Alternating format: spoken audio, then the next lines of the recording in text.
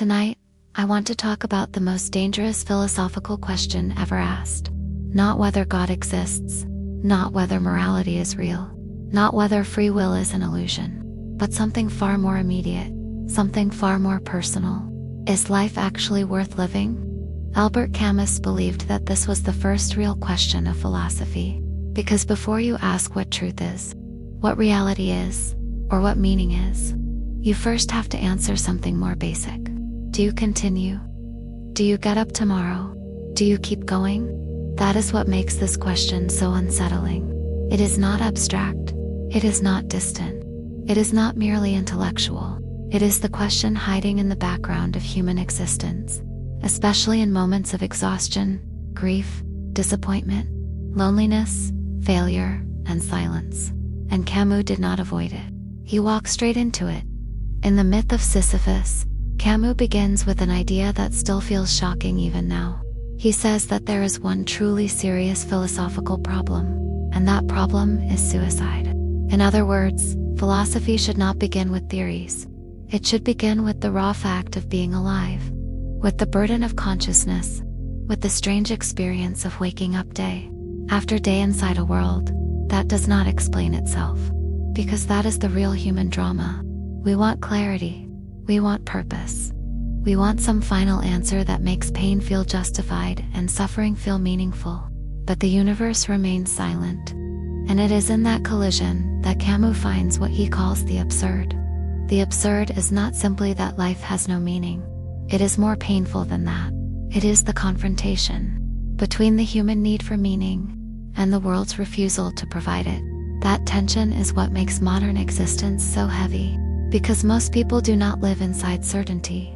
They live inside routine. They wake up, they go to work, they answer messages, they eat, they scroll, they distract themselves, they sleep, and then one day, often without warning, a strange question enters the room. Why am I doing any of this? Why am I repeating these motions? Why am I alive? That moment for Camus is the beginning of philosophical consciousness, not comfort, not peace. Awareness, the machine stops for a second, the rhythm breaks, and suddenly life no longer feels natural. It feels strange, unfamiliar, almost theatrical. You see yourself moving through your days, but now there is distance between you and your actions, and that distance can become terrifying, because once the old illusions begin to crack, everything changes. The future no longer automatically redeems the present.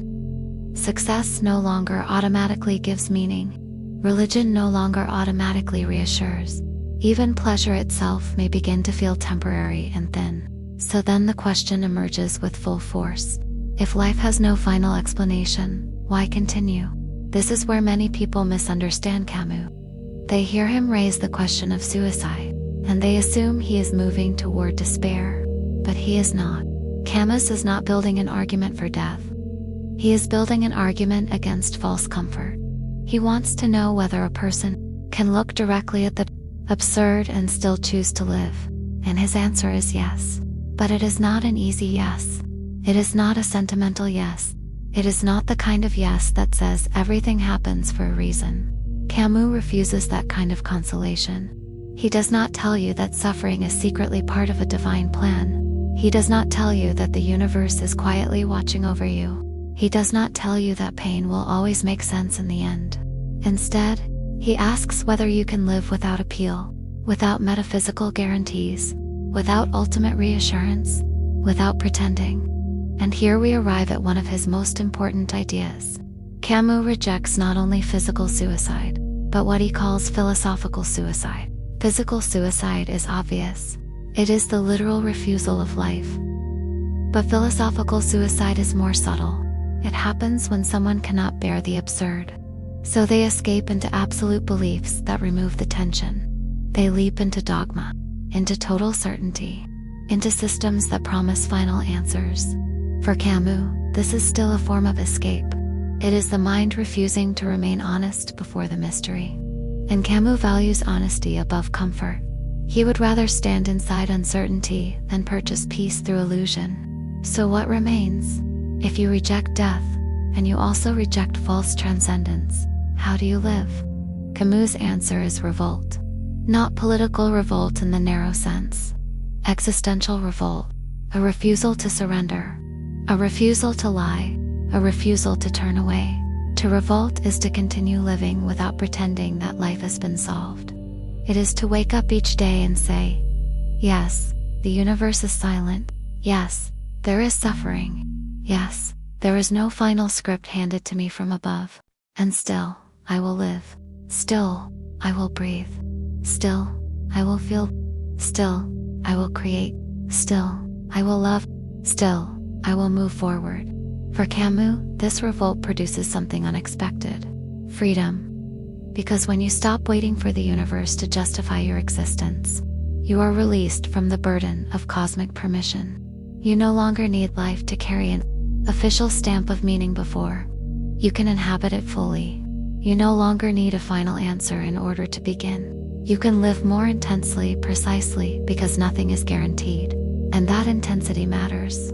Camus believed that once you face the absurd honestly, you begin to live differently, more awake, more present, more conscious of the fragile beauty of ordinary things.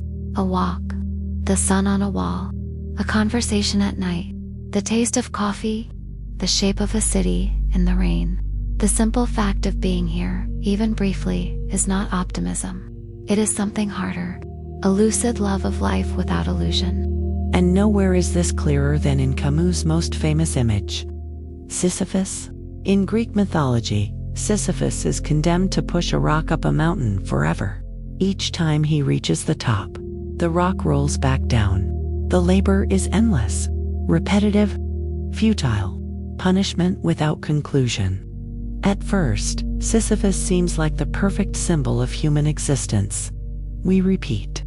We struggle. We build. We lose.